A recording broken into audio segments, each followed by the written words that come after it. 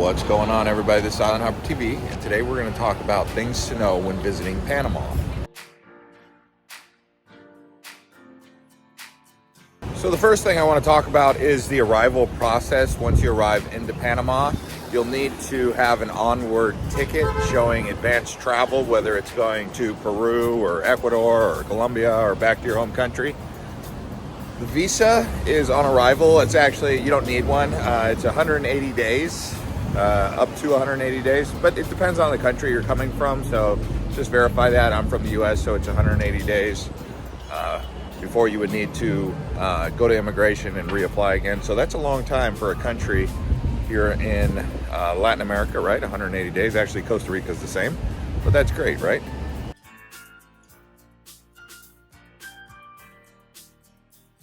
All right, some of you may be wondering where to go in Panama. I'll give you the top places to go. So the first one is Panama City. That's where I'm at now. You can see the Tornado building. Other people like to go to San Blas from here. It's about 2.5 hours away. It's a beautiful beach. They also go to Bocas del Toro. If you wanted to go to Bocas del Toro, you can arrive directly into there, typically internationally. It's a smaller airport, but they have many different islands over there. It's on the Caribbean side. Now, if you wanted to go to Bocas del Toro from Panama City, it's about a 10 to 11 hour bus drive. So I would take the plane. Typically the flights leave out of Albrook Airport, not Tocumen, okay? So keep that in mind. I think they have some out of Tocumen domestic, but most of them go from Albrook. Then you have Colon on the Caribbean side, which is the other side of the canal, because the Pacific side of the canal is Panama City, the Caribbean side or the Atlantic side is Colon. If you wanted to go over there from Panama City, it's about an hour to an hour and a half drive, not too far away. There are many different rainforests. The one thing I would say in the south, they have the Darien, and the Darien doesn't have a road that connects it to South America, so keep that in mind if you're trying to advance travel into Colombia or Ecuador. From here, you're not going to be able to. You might be able to take a ferry boat, but that's about it because there's no road.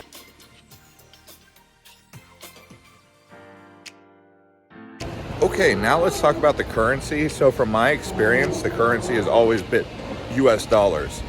They do have some coins. When they give you coins, they don't give you quarters. They give you Panamanian coins, Panama coins, but I've never had any Panama money in my hands. It was always US dollars. Every time I went to a store, I paid in US dollars, so that's the currency here. Make it real simple.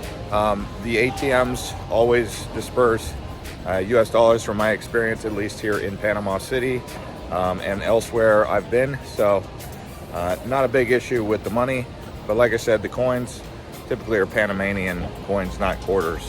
As far as using cards, I did notice that Visa and MasterCard are widely accepted, and about 25% of the time they accept American Express, not widely accepted here.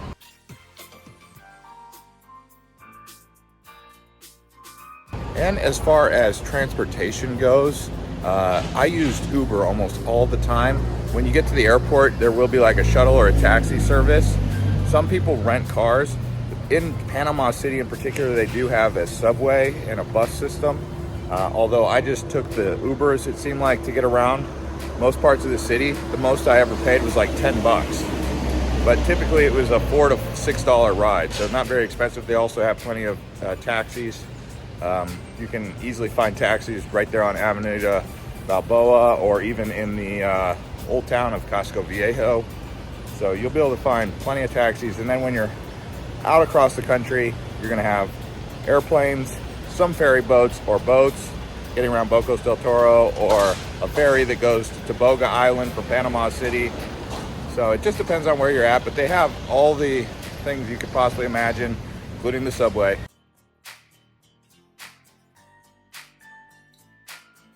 All right, now let's talk about safety. So before I got here, I was told, you got to watch out in Panama. I was like trying to review if Costa Rica is safer than Panama, and I was hearing mixed reviews.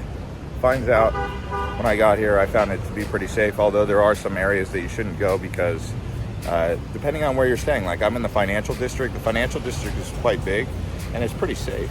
I haven't seen any concerns. I mean, I'll see people late at night walking around. I wouldn't get too carried away walking around late at night, like past 9 o'clock.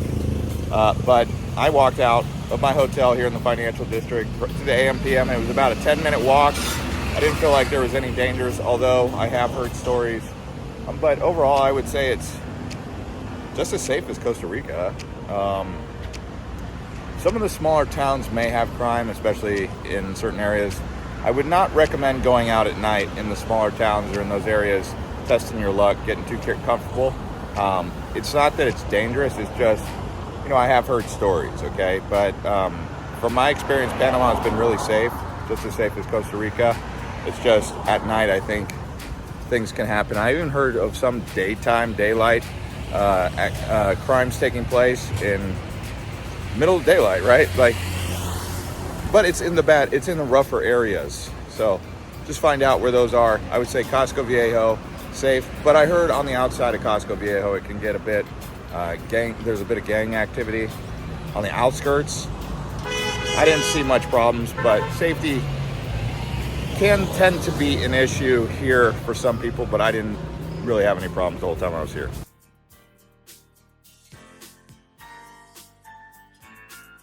So as far as weather goes, when I got here in the evening time the first day, I got here around like 4, so I was at my hotel by 5. I found the weather to be very pleasant in the evening times, but in the daytime, the next day when I went out, it was a bit hot. The sun is bright here. We're obviously on the equator, or nearby the equator, very close. It's hot tropics. So there's humidity and then the sun. So when the sun is out and it's humid, within 2 minutes, you'll be sweating, no matter what you're doing outside. But overall, I would say the weather is pleasant. Like this morning, it's 11 in the morning and the weather is nice breeze, overcast. I'm not sweating or anything, so it just varies. The weather is kind of inconsistent, but it's consistent at the same time. I mean, I'm here during February, and this is dry season. Dry season used to last 3 months. Now it lasts 5 months, but it's an El Nino.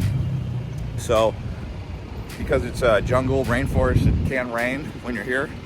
Those months for rain will probably begin around March or April and last all the way until around September. Everything outside of that is dry season.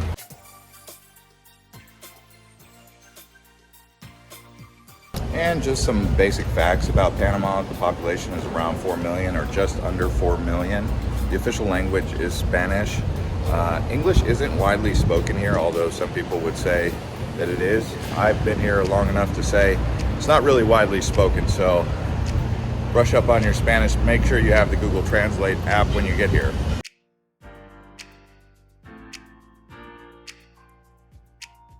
And as far as the people go, most of them are from other places, although there are some native Panamanian people.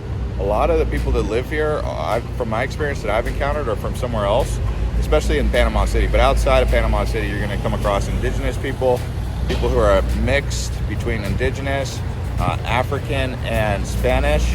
So you get like those three mixes there. But people are friendly, really friendly people.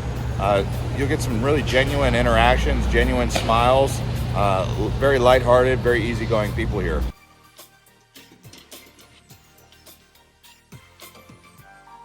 As far as entertainment and nightlife, casino gaming is legal here, and when you do cash out your winnings, you do pay like a 2% tax to the government, and they take it right from the machine. So casinos are a popular activity. Obviously nightlife, bar hopping, rooftop hopping in Casco Viejo.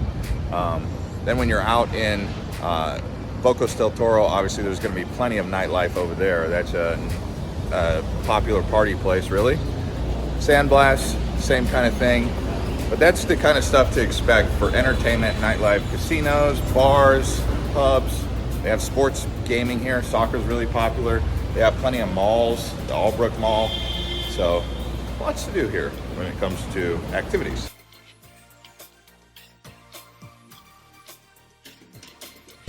Now let's talk about clothes and what to wear when you come here. Obviously, because it's a hot place, you want to dress up, but dress up in a way that allows you to still be cold or stay cool in the hot, humid temperatures.